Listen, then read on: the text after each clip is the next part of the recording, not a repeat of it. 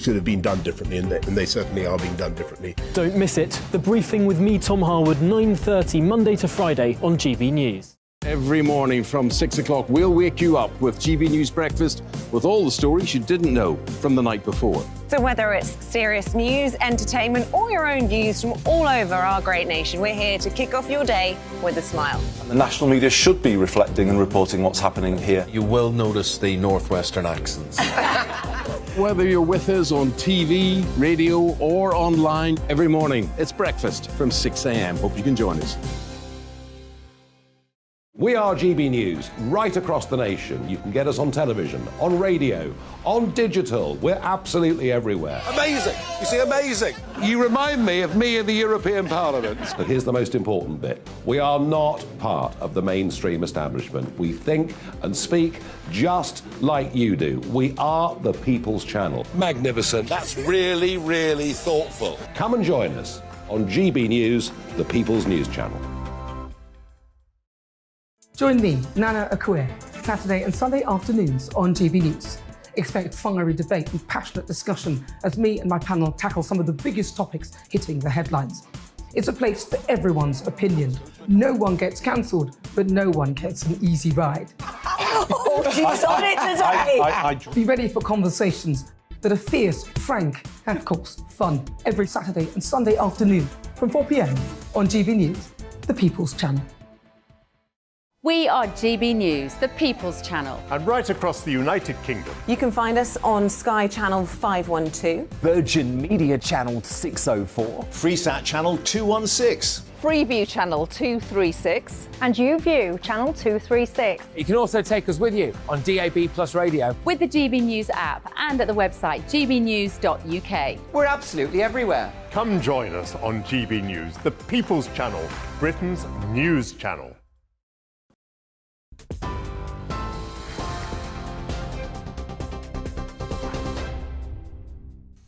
Good evening, you're with GB News. In a moment, headliners. But first, let's bring you the latest news headlines. And Scotland's First Minister has called the UK government's decision to block the Scottish Gender Bill a full frontal attack on the Scottish Parliament. Nicola Sturgeon's comments follow Westminster choosing to trigger a Section 35 order which stops the Scottish bill from becoming law. The bill was designed to make it easier for people to change their legally recognised gender. It allows trans people to obtain a gender recognition certificate without a medical diagnosis. It's the first time a Scottish law has been blocked for affecting UK-wide law. And the other main news today, the Metropolitan Police Commissioner has apologised to victims after a serving police officer has been revealed to be a serial sex offender. In a tweet, Sir Mark Rowley said, "Integrity is our foundation and the Met will become ruthless at rooting out those who corrupt it." David Carrick has pleaded guilty to 49 offences relating to 12 women, including 24 counts of rape over a 17-year period. He's due to be sentenced next month. Earlier, Baroness Casey, who's conducting a police standards review, urged the Home Secretary to hold a full inquiry. Now, MPs have voted in favour of anti-strike laws as the strikes bill passed its second reading in Parliament. Thousands of people braved icy conditions tonight to protest against the legislation, which would see workers having to provide minimum levels of service during industrial action. It means bosses would be legally able to fire employees who chose not to work on strike days. RMT General Secretary Mick Lynch, as well as members of the Public and Commercial Services Union and Unison, were among those demonstrating outside Downing Street tonight. Meanwhile, teachers and nurses are planning strike action over the next 2 months as talks with the government over pay have failed to reach a resolution. 90% of National Education Union members in England and Wales voted in favour of action. The union passed the 50% ballot turnout required by law for action. Meanwhile, members of the Royal College of Nursing will walk out for 2 days this week, as well as 2 days next month. Both the teachers and nurses unions have demanded pay rises above the rate of inflation. And just lastly, the UK Health Security Agency has issued a severe cold alert. in response to Arctic conditions sweeping into the UK. The Met Office has issued a yellow warning for snow and ice across parts of Northern Ireland, North West England and North Wales. That lasts until midday tomorrow. Snow will also continue to affect northern Scotland, and that'll be until Wednesday. Meanwhile, an ice warning is in place for southwestern England tonight, overnight until 9 a.m. tomorrow morning for Devon and for Cornwall, normally very warm. That's it. We're up to date on TV, online and DAB+ radio. You're watching GB News, the People's Channel, where now it's time for Headliners.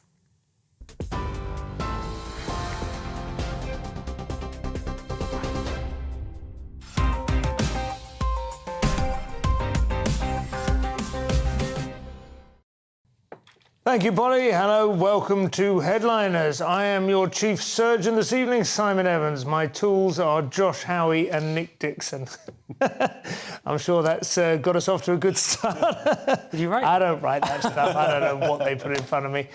You could just as easily have been a couple of pooches or something. Let's have a quick consultation to see what Tuesday's front pages have in store for us. The Daily Mail, first up, just how many more monsters in uniform? This, of course, relates to the revelation that one of the worst rapists of recent times has been operating as a police officer. The Telegraph, we have failed. He should not have been an officer, and there is the chap in question taking a rather unflattering selfie of himself. The Eye, police crisis. 800 officers now face inquiry after failure to stop rapist.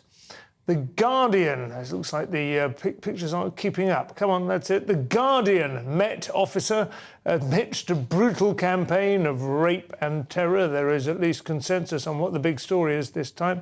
The Daily Express, just how did police miss serial rapist in its ranks?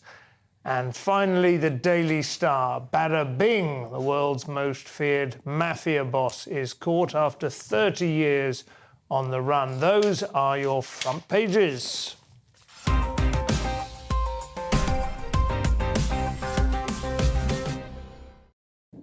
So let us start things tonight with the horrific story that is dominating the papers. Josh, we have it on the Guardian. Yeah, so like you say, it's in all of the papers, but Met officer admits to brutal campaign of rape and terror.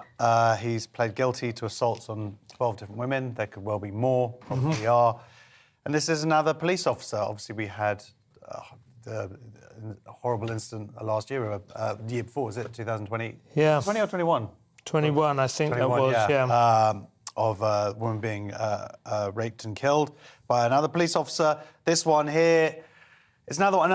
I think the most disturbing thing is, as you're reading it, apart from the crimes themselves, is just the missed opportunities. They identify 9 of times that complaints went against him from complaints. So these were people saying that he'd assaulted them, raped them, strangled them. Complaints at the level of the crimes he was committing, not just he's a bit handsy or something. No, absolutely, like actually from and every single time it got dropped or people complained. You know, there were so many red flags there. Disgraceful. And of course, then he didn't live within the Met Police. He lived in a slightly different area, I think, like near Reading or something. So the point was, like, the police forces wouldn't talk to each other properly, wouldn't communicate, and this is a problem. And I respect the police. I respect the job that they do. But when you have examples of someone like this who's just able to get away with it for so long. And to be clear, he is, at least on occasion, he was using his authority, his status as a police officer in order to He was basically telling them, there's no point you reporting this because, who's going to believe you? I'm a police officer, and intimidating them and whatnot. It's grim. It's very grim indeed. We also have on that front page Sunak blocks gender recognition law, which I think we're going to come on to later, but... Nick, you've got the Eye. Yeah, so they've gone with police crisis. 800 officers face inquiry after failure to stop rapists. So it's off the back of that horrific case. There's the general horrific case that they're now investigating 1,000 sexual and domestic abuse claims, realising they've missed this. I mean, the guy we've just mentioned, he had a domestic abuse and burglary charge, before he even joined. He He missed a 10-year vetting refresher in 2011. It took 6 more years to get him. Wow. So obviously after that, they're going back and going, hang on, we're not doing any of this. And Sir Mark Rowley's saying, we haven't applied the same sense of ruthlessness to guarding our own integrity that we routinely apply to confronting criminals. And at this stage, you kind of wonder, do you do either? You know what I mean? Yeah. I'm sure there are lots of great policemen, of course there are, but you just think, what are you doing? So a total of... To be fair to Rowley, he's only been in the job, I mean, I'm not saying he's innocent, but he's only been in the job a fairly short time. This reflects very badly on Cressida Dick, and perhaps it sounds like even previous Metropolitan leaders prior to that. I couldn't list them off in reverse order, but it's going back decades. It's institutional failure, isn't it? Yeah. And it's people defending their own. And this is going to become like Utree, isn't it? I think once Savile dies and his crimes are exposed, there is then this kind of horrific contortion of spasms of guilt and panic, and before you know it, people are being raked up from 40 years ago for, I don't know. I mean, well, they're going to investigate the 45,000 Met officers and staff who are presently serving. So they're going to go and look into anything that they might have missed. The question is why they didn't start this, of course, a year ago when another police officer raped and killed, and killed somebody. They'd known that these cases are out there. And the fact that it has to go to this level before they actually start examining themselves is ridiculous. Yeah. Also, Nick, they too are covering the clash between Sunak and Sturgeon. Yep, Sunak triggers constitutional clash with Sturgeon over gender laws, and Sturgeon has accused them of a full frontal attack on the democratically elected Scottish Parliament. Not the best choice of words. I mean, many people, women will be worried if people like Sturgeon get their way that there will be a full frontal attack in a changing room. So it's not the word I would use, but... It's a shocking gender recognition bill. We've talked about it. Basically, from age 16, you can just say, yeah, I'm a different gender now, then people proceed to cut bits off you. I'm paraphrasing, but it's not much more complicated. And it's an awful bill, so I'm glad it's being stopped. And the self-ID element as well, which has been embraced in Canada and a few other countries around the world, but which Britain is, as an entirety, the UK is not entirely comfortable with. And you can do it much more quickly than before. Yeah. But under Section 35 of the Scotland Act, 1998, they're blocking it. Now, of course, it's going to lead to a court battle where Sturgeon's going to hit back and it's all just going to kick off. And, she's complaining about the devolved powers. I'm not convinced about the devolved powers. Anyway, I mean, if you're independent, that's one thing. But if you're not, you're not. And that's why they're allowed to do stuff like this. You might say, should they be able to do this?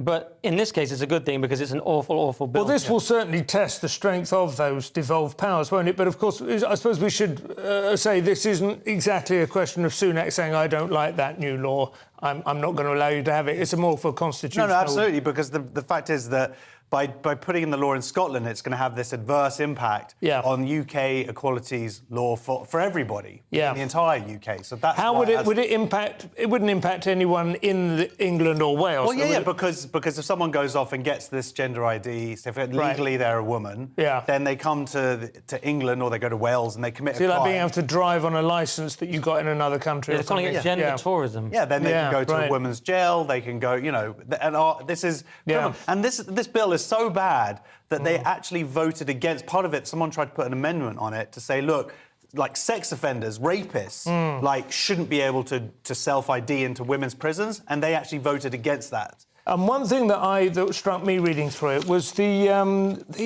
sort of vocal aggression of the Green Party on this. They seem to be more concerned with this than they are with ecological issues. It seems. I'm not sure what part of the Green agenda. It's been expanded, hasn't it, from saving whales? Remember, it was mainly whale and dolphin based. But 2/3 of Scottish people are actually against this bill. Yeah. And there's a lot of people are saying that this is actually part of Sturgeon's plan to sort of push through. She's deliberately pushed this bad bill through to force the UK government to then protest against it to make her case for independence. That certainly does seem plausible to me, which is why it's quite odd and frankly irritating to see their side, the Green Party and Sturgeon's side, refer to this issue being used as a political football. It's being used as a political football, at least by both sides. I would argue more by the SNP, really, but Anyway, everything's a political football. It's just a question whether you acknowledge it as such, isn't it? How about the front page of the Telegraph? Yes, that's right.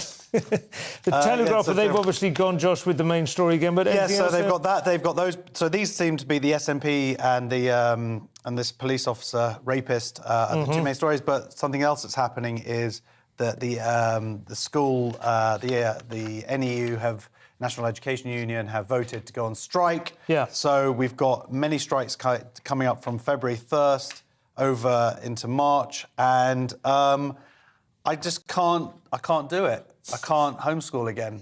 I'm broken. I had hair. This was me at the end of COVID. It was traumatic. And so I'm slightly conflicted here because I know from personal experience how hard teacher's job is to do it to do it well. I get it. I do think they deserve more money. I get it. But then at the same time, I'm angry because I don't want to do it.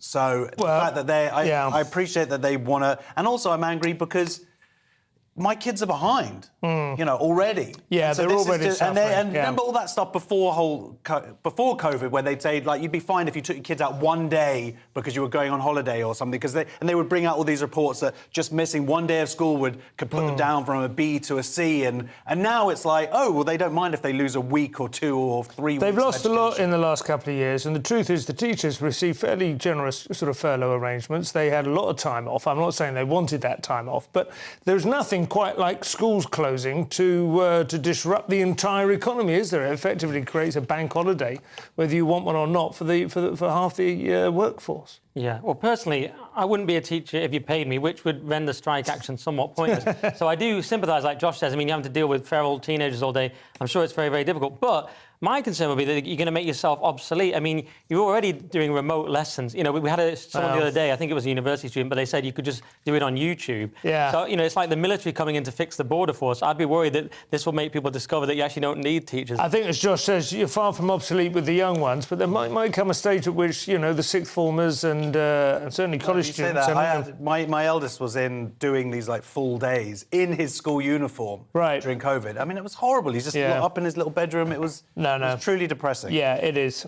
Well, there we go. A lot of public sector pay disputes at the moment. It all feels horribly 1970s. The Daily Star to finish us off. Nick, they have some more cheerful news. Yeah, they've gone with Bada Bing, which is slightly flippant given this guy's horrific crimes. It's the world's most feared mafia boss is caught after 30 years on the run. Matteo Messina Denaro from the Cosa Nostra, you'll know from The Godfather. And he was known as the Ghost because he was so hard to find, even though he was just in Palermo in a clinic just knocking about. He has got his collar turned up, though. That's true. So they couldn't find him, or they wouldn't find him for years, and that's the question, because they're saying, why did he avoid detection? He's done so many crimes, he said he could fill a cemetery with his murders, and yet they didn't pick him up. Eventually they did, and people are saying, was it because he paid people off, or was it because he had secrets on people, but he was just knocking around in this sort of town completely, fine, but now they've finally picked him up. And I don't even want to list some of his crimes because we have the 5 a.m. repeat, and they're so horrific. Yeah, they are. It's not funny, is it? It's funny. The Mafia thing is interesting because there have been some amazing movies made about it. The Godfather is obviously sort of towers above them, but a lot of Scorsese's work and so on. You cannot help but glamorise it slightly. These people appear fearless, they appear decisive, they're always immaculately dressed in gorgeous traditional men's tailoring. They seem to have family values and a certain kind of conservative outlook that's quite appealing. And that's not the whole story. Do you know what I mean? It's almost like the murder and the villainy and the coercion are almost just seen as a sort of shadow business model, that's just slightly sort of on the dark side, but ultimately... An operating cost, a sort of necessary... And then you go to somewhere, you don't only have to walk around Palermo, to be honest, and see the unfinished civic engineering projects, and the half bridges and the foul stench of uncleaned up litter on the streets, and, it's never as pretty as it somehow looks in Hollywood. There wasn't enough focus in The Godfather on the unfinished civil engineering projects. It really wasn't. Godfather 4. I will make that movie. I guess, to be fair, The Sopranos went there. But anyway, that's all for part one. Join us after the break. We have the Home Office banning homosexuals as a phrase. The BBC bans critics of trans ideology. And Amazon bans Jeremy Clarkson. That's the firm, not the jungle, although, to be fair, he's probably unwelcome in both. See you in a couple of minutes.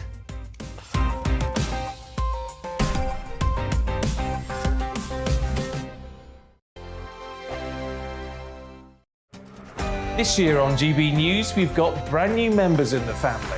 Join us. Across the entire United Kingdom, we cover the issues that matter to you.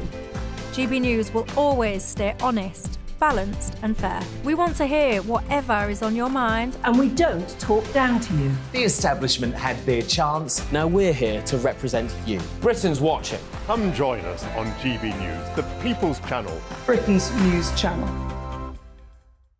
Monday to Thursday, 9 p.m. till 11 p.m. Join me, Dan Wootton. I'll bring you the sharpest takes and hottest debates. Do you not believe in prison? I don't believe in prisons. I'm completely Right. stunned. I guarantee you there'll be no spin, no bias, no censorship. I actually was personally quite offended by it. And no reason to go to bed. So I guess they've always been quite woke. That's Dan Wootton tonight on TV, radio and online. Monday to Thursday from 9 p.m. till 11 p.m. on GB News. The People's Channel, Britain's news channel. We are GB News, and we'd like to say thank you to each and every one of you for bringing us your conversations, for helping our great nation find its voice. We are here for you on radio, television, and online, across England, Scotland, Wales, and Northern Ireland. It's not the BBC, you actually get your facts right. We are proud to be GB News, the People's Channel, Britain's news channel. I'm Mark White. As GB News Home and Security Editor, I cover those key issues that are so important to you. Our authorities, our communities doing all they can to combat violent crime. With the public services under unbearable strain, why are we still failing to control our borders? Defence, the first priority of any government, has been continually hollowed out. Can we trust our politicians to protect the armed forces? Join me, Mark White, on GB News.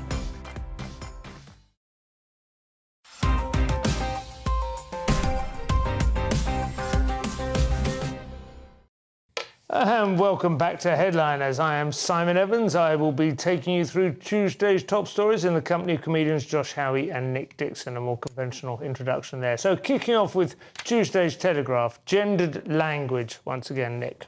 Yeah, don't use the word homosexual, Home Office civil servants told. And this is the Homeland Security Group went to a slightly bizarre talk where they were told genderqueer is a blanket term for those who don't define their gender in binary terms. Each identity is valid and deserves respect. Does it, though?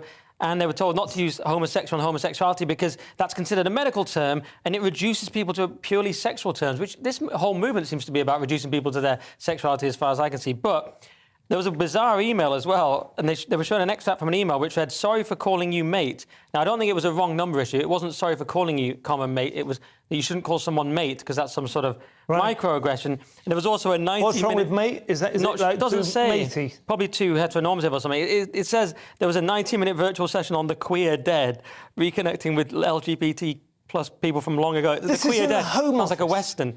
Yeah, and it's another one of these classic things where the government has now distanced themselves. The Home Office have distanced themselves from it, which they like to do, but it just carries on happening anyway. The so-called woke civil service, it runs amok, and then some minister says, oh, no, that's not what we're doing, or we don't approve of that, and then it happens again. I mean, I know it's a tired trope, isn't it, to complain that political correctness has gone mad, but the point about political correctness that's so tiresome is it's just endlessly footling around with language. It doesn't change anything. And the new term you bring in within months has been co-opted by the playground as another term of abuse. You know, special needs, which was supposed to be the most, delightfully sort of careful and sensitive way of referring to people who had educational difficulties, immediately becomes special needs. Do you know what I mean? But it's like you can't this isn't stop that, it. though. This is much more insidious than that. This is to adults in that this is people with an ideology and they're trying to spread their ideology, this gender ideology actually, I disagree with you were saying you were reducing everything's sexuality. No, they're trying to do the opposite. They're trying to make it sort of everything that's kind of pansexual. So you're attracted to a gender, not to a exactly. Thing. Right, so that's exactly the reason they're right. They say, oh, it sounds too scientific because they don't want science.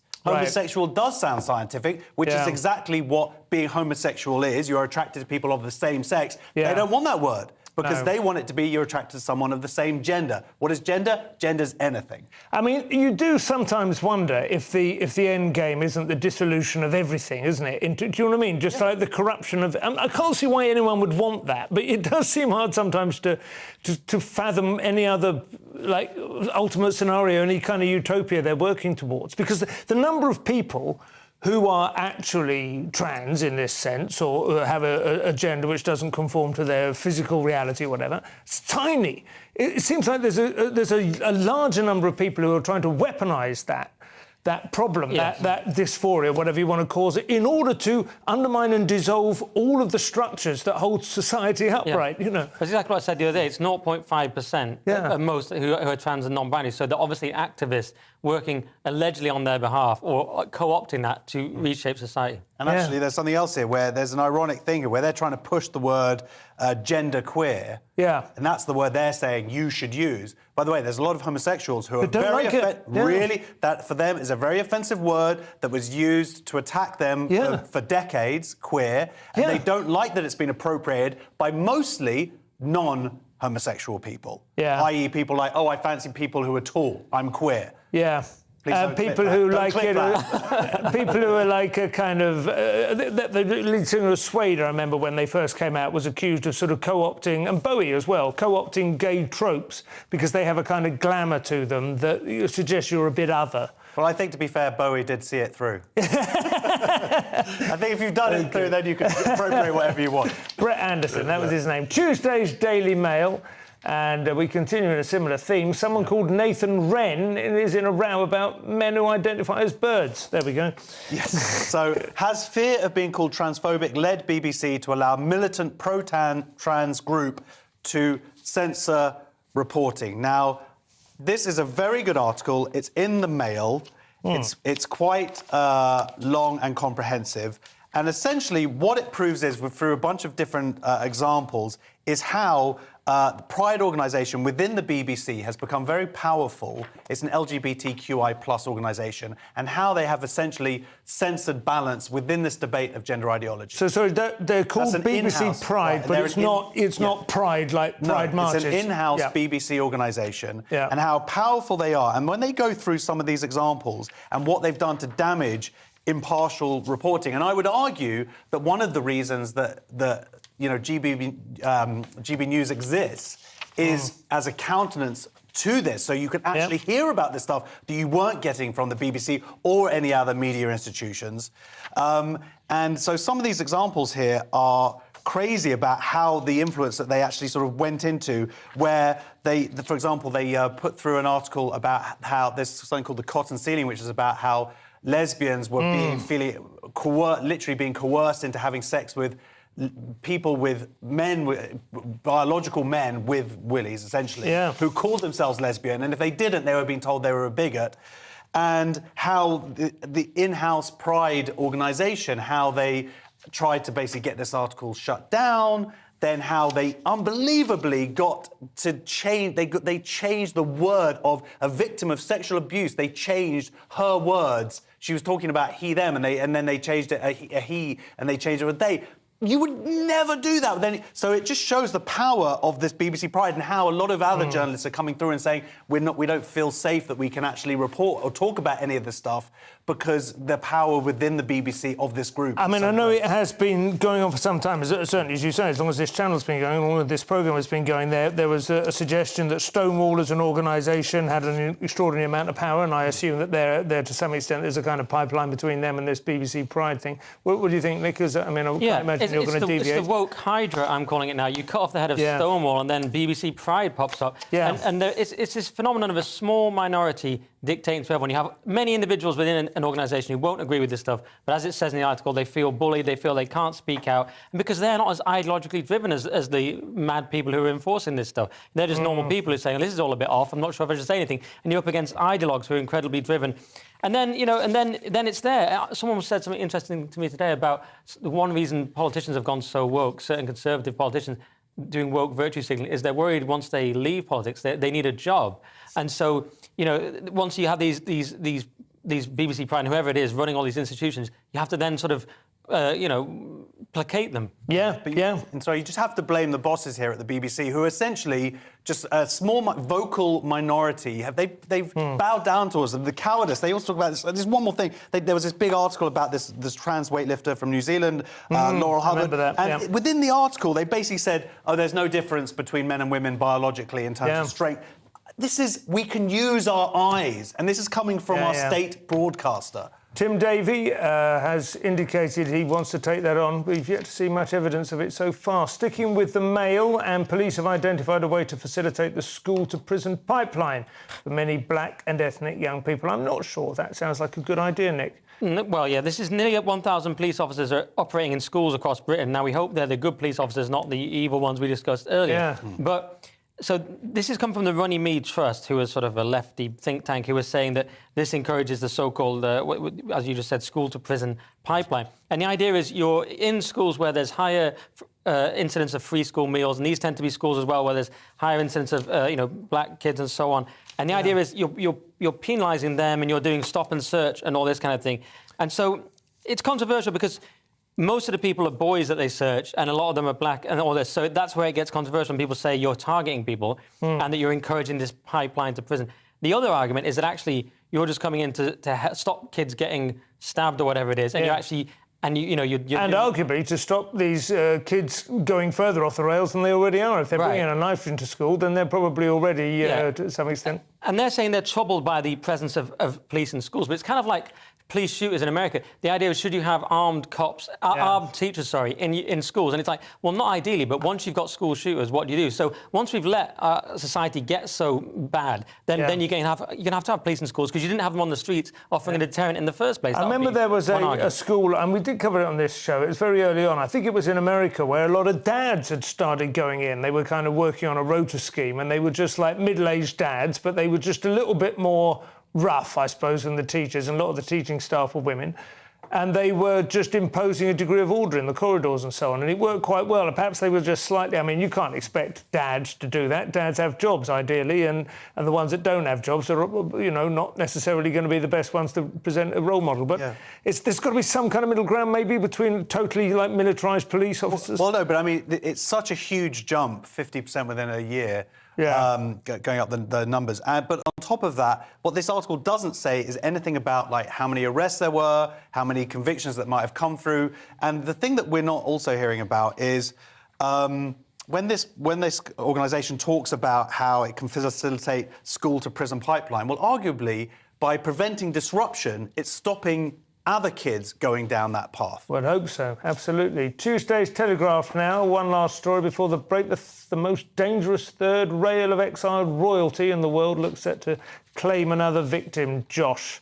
This is... is this the... Clarkson. Oh, Jeremy Clarkson. So, yes, Jeremy sorry. Clarkson, likely to be dropped by Amazon after the Meghan comment. I think they're pretty much saying it's happened now. Supposedly they were furious when, after this column, the big furore, it's the most complained article of certainly in the paper, And look, we've talked about it quite a few times, and the idea that there's context that has to be added to it. His excuse is, he's saying, I wish I'd just said that the reference, somehow that if people knew it was from Game of Thrones, then they wouldn't be that bothered about it. That's not the problem. What he's never said, though, and when people who have defended it, he's never said, oh, I was joking. He's put an apology on screen now. He says things in such a joking manner, doesn't it, that it's very hard to tell, but it's not the same. No, it's too late now, definitely. I mean, I have a certain amount of sympathy for him because he was obviously using hyperbole for comic effect. I don't think anyone expects that he would honestly anticipate or urge or anyone, you know what I mean? It's like a fantasy, but I'm still surprised that you're sort of more so anti-Clarkson on this because it was a joke. Obviously, he said, I hate on a cellular level, etc. Obviously, here, a cynic would say he's just worried about his position at Amazon. I mean, it's Clarkson's grand apology to us. It's a massive, long apology. And the absurd thing... So if he's probably just worried about his job, but if we take it at face value, obviously you can't apologise to ideologues. You can't apologise to the mob because they don't have a mechanism for forgiveness and they're not acting in good faith. And we saw that immediately after he apologised, then Harry and Meghan issued this statement that, OK, that's all very well, but what about his hate rhetoric and dangerous conspiracy theories and misogyny in all of his articles? They want him to go further. You can't apologise to these people. When will people learn? And it's true, and I think what he said was true. I think what he said was honest. I mean, in his column, I think he gave it 10. The thing he got wrong, and this should not be a sacking offence, but he got the form of the column wrong.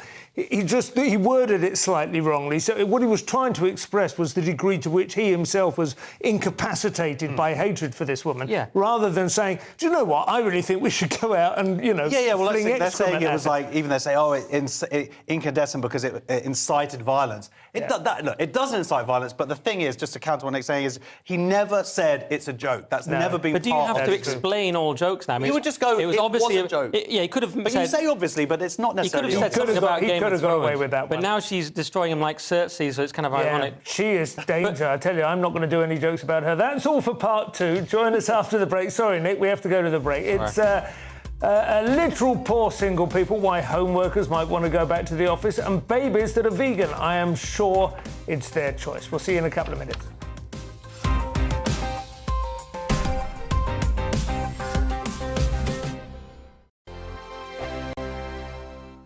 Monday to Thursday nights on GB News. At 6, it's Dubes & Co. 7 o'clock, Farage. At 8, join Mark Stein. And at 9, Dan Wootton Tonight, followed by Headliners. On TV, radio and online. This is GB News. We are GB News, the People's Channel. Why not take us home with you by visiting the GB News shop at gbnews.store. You'll find all the official merchandise, a really good present actually for yourself, your friends or your family. We ship across the UK mainland at no extra cost. GB News, the People's Channel. Here on GB News Live, we'll be keeping you in the picture, finding out what's happening across the country and finding out why it matters to you. We'll have the facts fast with our team of reporters and specialist correspondents. Wherever it's happening, we'll be there from 12 noon on TV, radio and online. GB News, the People's Channel, Britain's news channel.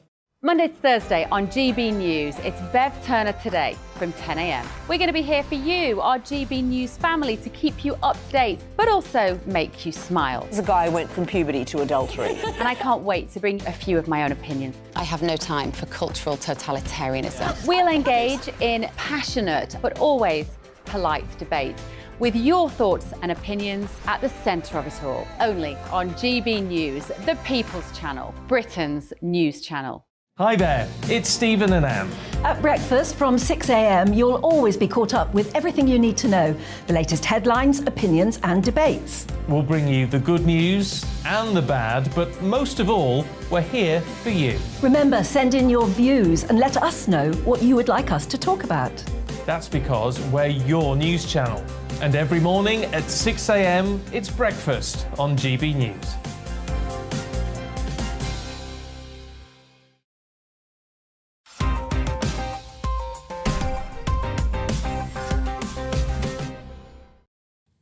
Welcome back to Headliners. Tuesday's Mail kicks off the third section. We have some figures from Oxfam that suggest that really very few of us need to worry about helping the world's poor after all, Josh. Yeah, no, we just get that 1%. Yeah, that's it. You're not in the 1%, are you? I don't believe so. Well, these aren't even the 1%. Are these the 1%? Maybe the figures seem to be about the top 10, but they mean the 1% generally. Yeah, okay, so richest 1% of those living in the UK now wealthier than 2/3 of the rest of the country. And by the way, only one of those people who are in the top 10 of that 1% are actually UK born. UK born, so there's a lot of foreign money, but that's a slightly separate issue, I suppose. Well, let's see, they're nom-dom. Does that mean they pay taxes here? Would that be James Dyson or Jim Ratcliffe? They're both English, aren't they? I think they're both British. Ratcliffe, Ratcliffe is English. We want him to take over Man United. That would solve him being too rich as well. That's right, yeah.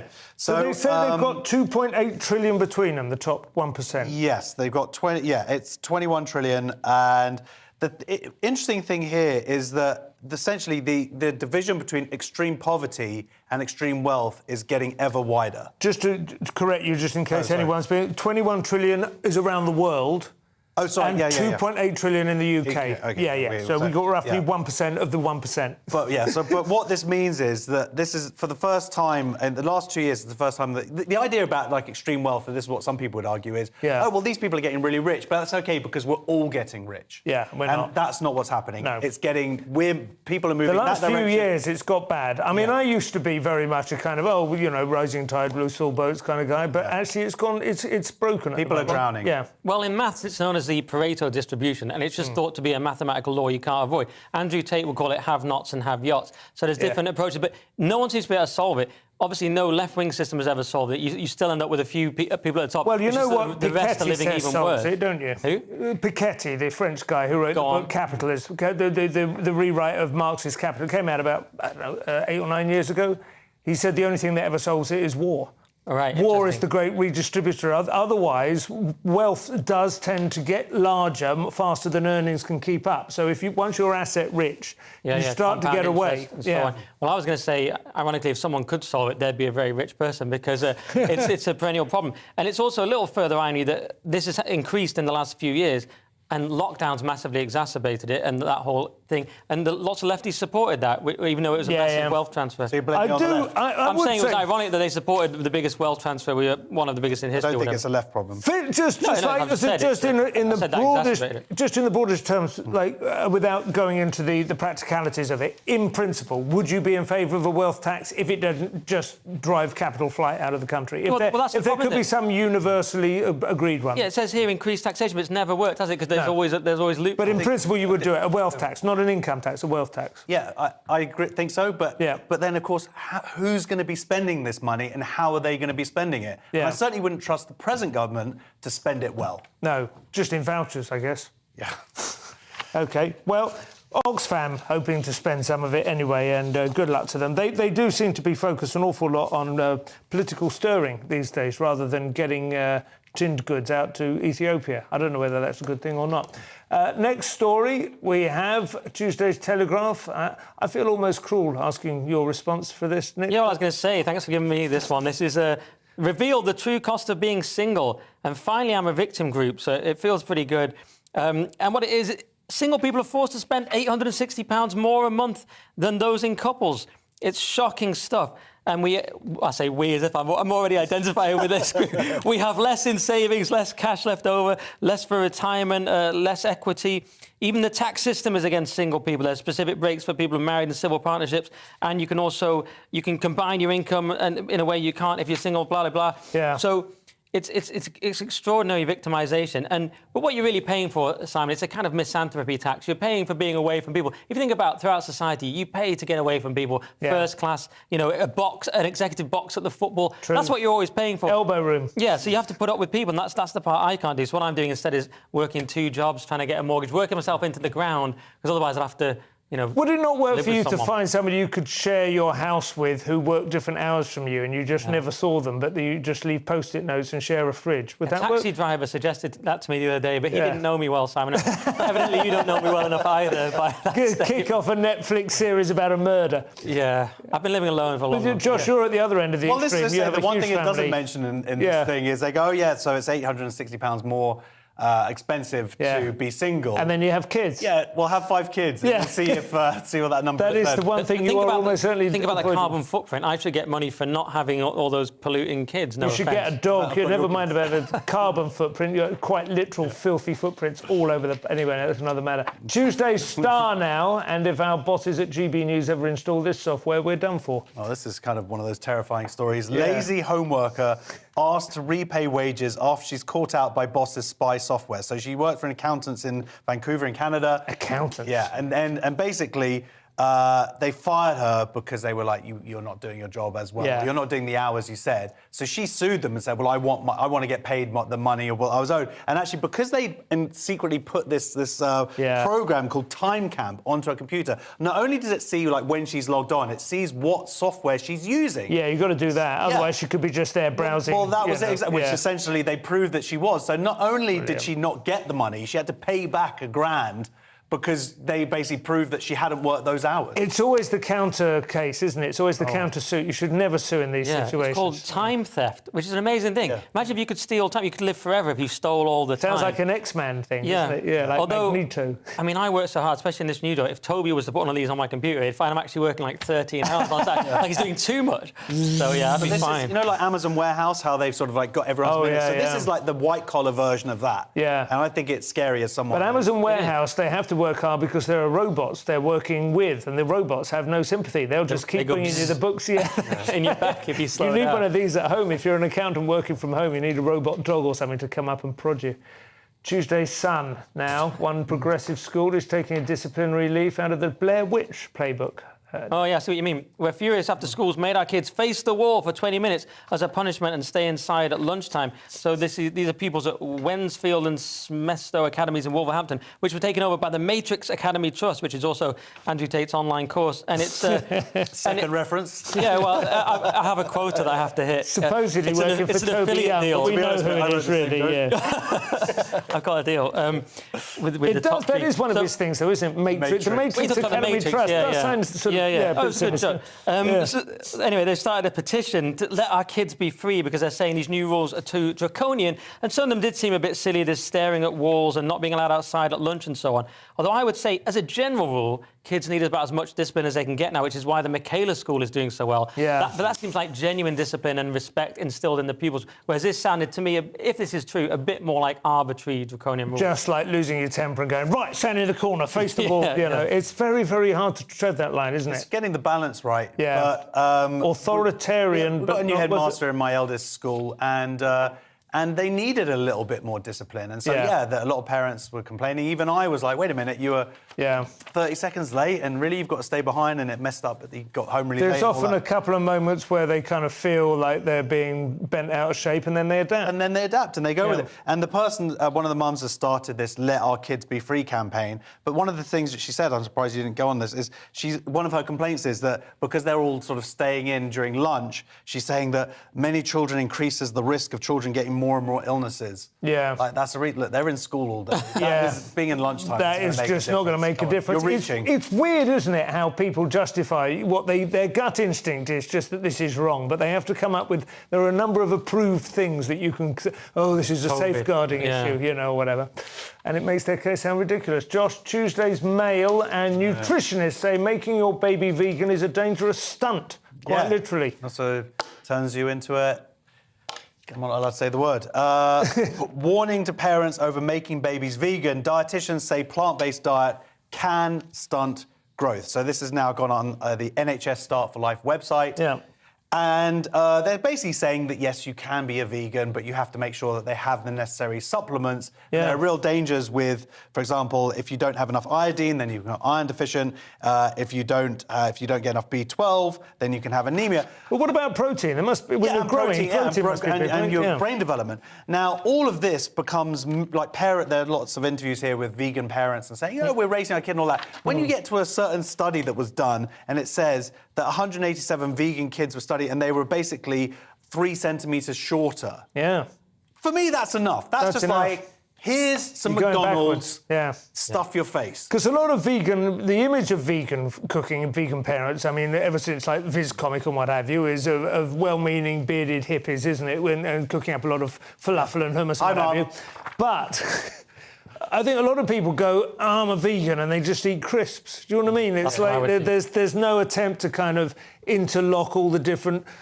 I mean, you know, there are lots of culinary traditions around the world which are essentially vegan, which you can get into, a Mediterranean or Southern Indian or whatever, but a lot of people just don't have the resources or the kind of tradition in their own home to be able to follow those things. And it is, I mean, historically speaking, my own parents were considerably shorter than I am and than my kids are. You know, it's all about nutrition. North Koreans are, I think, 5 inches shorter than South Koreans. Well, their nutrition is awful. Yeah, nutrition. And they're exactly the same people. And that's why it's an important thing to do to your child. And also, the NHS is saying, well, you can give them soy, but then they become soy boys, of course, famously, because of the estrogen. Also, if they have reduced iodine or have iron deficiency, they have a reduced intellectual capacity, so they'll definitely become vegans. And then... Just my final point is that the parent here is saying that because she gives her daughter various vegetables, she'll grow up to be less fussy about food. She'll be a vegan. What are you talking about? That's a triple whammy. That's it for part 3. Coming up after the break, we have a statue that's unlikely to be vandalised, how Thor may be using lasers or battling them, and why you wouldn't want to meet your daughter's boyfriend after all. We'll see you in a couple of minutes.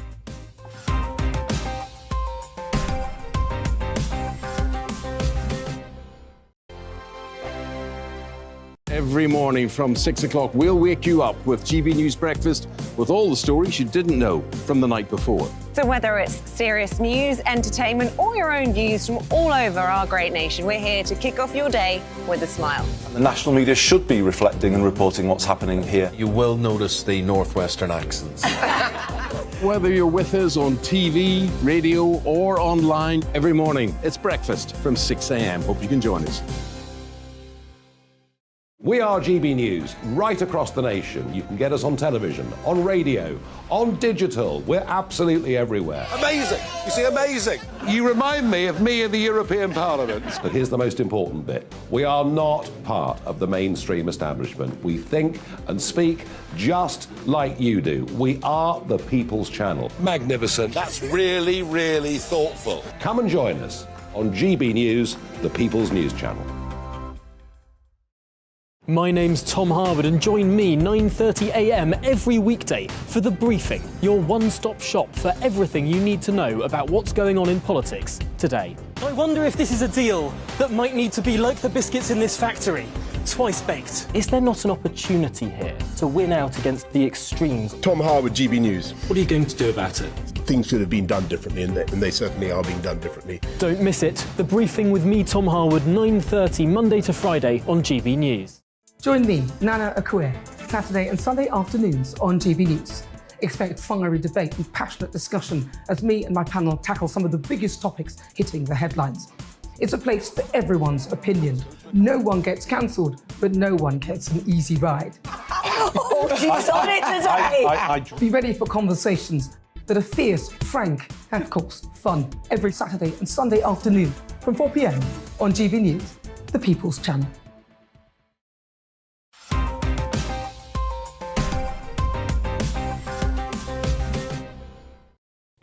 And welcome back to Headliners for our final quarter. Tuesday's Mail now. Relatives of Martin Luther King are queuing up to denounce the hideous monstrosity erected in his honour. Nick, I imagine we've already had a look at this in this show. But yeah, and I'm sure you've probably seen it on Twitter. Michael Knowles described it. He said, "I have a nightmare." It was a kind of... So it's this strange...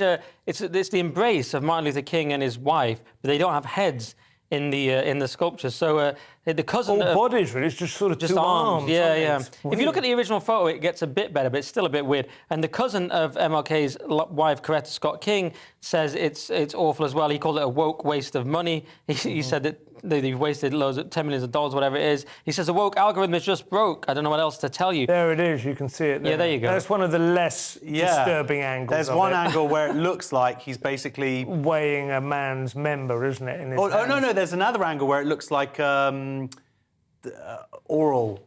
Oh, really? Yeah. God, maybe it's a really clever sort of magic eye trick that's been I think pulled. probably the artist just isn't very good at faces. And he just wanted to Not do very it. good at fingers. They are very hard though. to do, aren't they? Yeah. I'm almost certain that's what it is. He tried to explain, Hank Willis Thomas, he said, when we recognise that all storytelling is an abstraction, all representation is an abstraction, hopefully it allows us to be open to more dynamic and complex forms of representation. That's an abstraction. Yeah. Exactly. Absolutely. Somebody else with Scott, who is his This wife, is so tenuous. No, it's just said, melt it down. I mean, that's King's wife's cousin.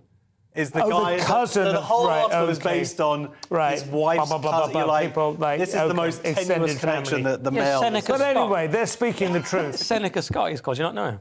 They're You're a big speaking the fan. truth. Despite that, they should melt it. I don't know how They it's should get connected rid to of it. wokeness, though. Do you know what I mean? Well, Somehow it is, isn't it? You just sense Why do you it think is. it's... No, I don't know if it is anything to do with work. It's just a bad decision making. One thing I think it might be is sort of feminist, because it's saying, like, here was the woman behind him and their relationship was important. You see what I mean? That it might be saying that. Maybe. Because you think a so statue they're sort just, of equals. Yeah, because otherwise it'd just be MLK generally, wouldn't it? Well, no, it would be the two of their heads. Yeah, but you wouldn't. Normally, if you're going to honour MLK, I don't know. I think it might be some sort of feminist thing. Maybe but it's not- asexual. Maybe I don't know if it's like woke or not. Maybe you can't have any gender. Maybe because it's ugly modern art, people just think it's woke. Yeah. You know, it would be nice to just go back to representative art, wouldn't it? Would be have a nice. statue that was of a thing that you could go, oh, that's a statue of Martin Luther King and his great ally. Why beauty matters, Roger Scruton. It's all there. Absolutely. Josh, finally, it's the battle we've been waiting for, not between the statues, but lasers versus lightning. Yeah, scientists use powerful laser to divert lightning in world-first study. I don't know how someone came up with the idea for this. It doesn't explain at all how it... Oh, you think it's a bit of that old thing? Do you think they were, like, making some art? With Elon on Joe Rogan gif. They're like, you know what would work with lasers? Would be, with fun. Yeah, so they basically hooked up this thing. Here's a photo of it. Essentially, they captured it in slow-mo. Wow. This green laser managed to kind of get the lightning to come down it. So the ions. So lightning, laser forms a conductive. That's essentially what they proved. Yeah. That's so amazing. I guess there's a practical application to keep sort of lightning away from buildings or data. And maybe to harness the power of it that's as what I was well. saying Though that would be the before. thing, That's what it wouldn't said it? in the link, yeah. The power of lightning every night on Earth. Apparently, if you could harness it all, would run the world's batteries. I think I could. Back to the Future. Yeah. They get a green laser into the... You've got to have them like oil. Most of the lightning takes place in some of the less advantaged parts of the world. That's the I have very little on this, sorry, Sam, other than that powerful laser sounds like something that Ron Burgundy boasts that he has. a very powerful laser. He plays with his dog on the beach. Yeah, and also firing powerful lasers into the sky can divert lightning. Don't tell Bill Gates, because he's already trying to block the sun. Have you heard that? He's trying to fire dark matter to block the sun. Oh, that would be a good suggestion, I think. Good? Yeah. Bill Gates blocking Well, the maybe sun. not Bill Gates, but geoengineering to resolve climate crisis rather than giving up driving. I'm for that, aren't you? No. Bill Just Gates black out the sun for a few weeks. Don't mess with the sun, Simon. This is the boss of the Matrix. No more Matrix. That would be fine.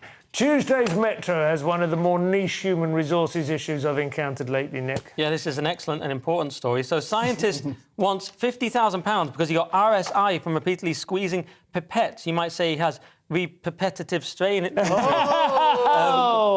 that's why I'm paid the big bucks. 48 minutes in and we get the first proper joke of the night. Yeah, there you go. And that's all I've got. Dr. Syed Mian, 36, he developed this from repeatedly squeezing pipettes with his right hand. He switched to his left hand, and then, lo and behold, Simon, the same thing happened again to his left hand. So he's got tenosynovitis, and he's suing them. Now, their argument, and this is King's College, their argument is, well, hang on, you didn't tell us you were getting this problem. You just carried on squeezing these pipettes, you just rampantly. Tricky one. I mean, to be fair, it's no joke, RSI, if it's real. It's really painful. I was making light of it, but it is serious. But this is what happens when you follow the science. But you've got to have some way of, I mean, pipettes are an important part of laboratory equipment, aren't they? You can't just get sort of robots to do it or whatever. But this article does have it's in the Metro, it has a very beautiful description of pipetting. It involved him gripping the pipette. Pipetry, you mean? Gripping the pipette with his hand and pressing down using his thumb on the top. And for me, that was very evocative. Yeah. Pick up a pipette. Pipetry of the penis. That could be next year's Edinburgh show. Anyway. God, that's all flooding back. Tuesday's Guardian with more pro-cooperation and kindness propaganda. It seems being nice to animals is actually adaptive behaviour, Josh. Is that right? Yes, altruism towards other species may have helped humans to thrive. Study finds there's a big may there. Essentially, they had a bunch of kids, little toddlers, and they helped these dogs get like a toy or get some food, and that proves that humans it's ingrained with us to help not only each other, but to help, from other studies supposedly prove that little toddlers want to help other people. Yeah. But it also extends to animal species. The thing is, when I read this, I was kind of surprised because having had a lot of toddlers, they didn't seem to sort of want to help anybody or even involve. Like, you put two toddlers next to each other. There are bad ones, it says They in here. just don't. They don't look They at each other will or feed. I communicate. mean, they will give ice cream to a dog and things like that. It's funny though. I mean, we have a fairly good-sized golden retriever. You walk it in the park, and the different instinctive reactions from small children. Some run away screaming. Some are like rigid with fear. You sure that's and what others, you? it could be. But then others run up and they just want to play with it. And I always feel very. I'm sorry for kids who are afraid. You know what I mean? It's like it seems to be baked in. You can't say, well, this is bad parenting or anything. Your instinctive reaction towards whether a dog is going to be a bit of fun or is a threat. Yeah. It feels to be like something that's kind of hard work. Well, only about half the toddlers help, but half did help. And it says this may have helped humans thrive around the world. I mean, it could just be our massive brains. It also says why we came to domesticate animals is a big mystery. We wanted to. But it says they've never having met the animals before, they naturally did. But did they mean never having met dogs before? I think they meant, or just that specific dog. Some of them had dogs in the home, some didn't. It'd be very hard pushed to find a kid that's never encountered a dog at all for a totally fair at least test. on a cartoon or something. Right. Yeah. Dogtanian. But the domestication of dogs was a big deal. It was a key moment, I think. Probably better than farming, in my view. Anyway, Nick, we finish off with Tuesday's Mirror, a glimpse into my near future. Sponging boyfriends is hanging too good for them. Yes, Simon, my daughter's boyfriend is always tagging along. It's a big problem for me. He's taking advantage of us. So inevitably, this comes from Mumsnet. And basically, there's a freeloading boyfriend who's coming along, They say he's a nice person, but is he, Simon? Is he really? No, of course not. He wants to screw my daughter. He comes along, exactly, and he just freeloads, and they're thinking they have to pay for him. They're her into various ticketed events and so on. And he's just like, "Where's my ticket, bro?" And so, yeah, and etc. So I do remember, though, in my kind of boyfriend days, it was always a pleasure to have a late-night scotch with her dad. You know, you did feel quite grown up about that, Josh. Yeah, well, but I'm reading this, and then it gets to it says, my daughter, 21. Oh, no. Like, wait, I thought it was like a 15-year-old or whatever, not a 21-year-old. That's it for this evening. Thanks to my brilliant guests, Josh Howie and Nick Dixon. I'll be back with headliners again tomorrow night at 11. I'm joined by Leo Kearse and Lewis Schaefer. Fantastic lineup. Remember that Headliners is repeated at 1 a.m. and 5 a.m, which, if you're up and watching, stay tuned for the breakfast show just after the break. Meanwhile, it's been Simon Evans addressing the nation this evening. Thank you very much for joining us. See you again tomorrow. Ta-da.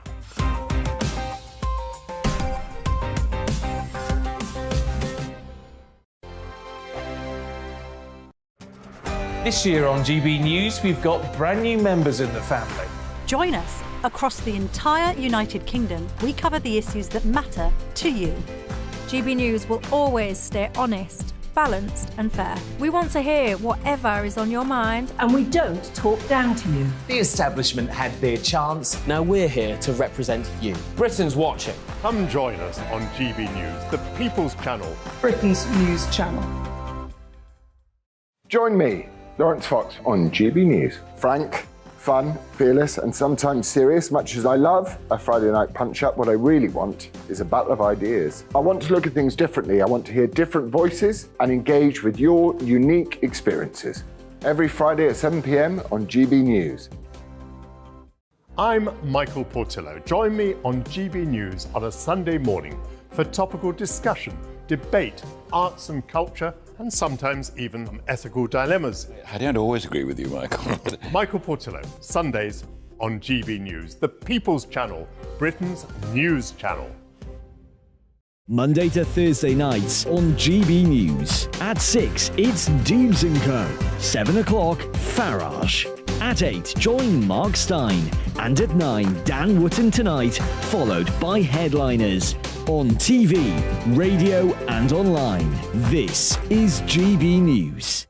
We are GB News, the People's Channel. And right across the United Kingdom. You can find us on Sky Channel 512. Virgin Media Channel 604. Freesat Channel 216. Freeview Channel 236. And YouView Channel 236. You can also take us with you on DAB Plus Radio. With the GB News app and at the website gbnews.uk. We're absolutely everywhere. Come join us on GB News, the People's Channel, Britain's news channel. Join my show Farage, 7 p.m. till 8 p.m. Monday through Thursday, and there you will get opinion, analysis, debate, and I'll cover stories that nobody else dares to touch. You've been cancelled. Join the club. Oh my goodness. And then for the last 15 minutes, talking pints. We're over a drink. We have a civilised conversation with someone. We very often disagree, but we do it in a grown-up way. Come and join me on Farage. Monday to Thursday on GB News, it's Bev Turner Today from 10 a.m. There's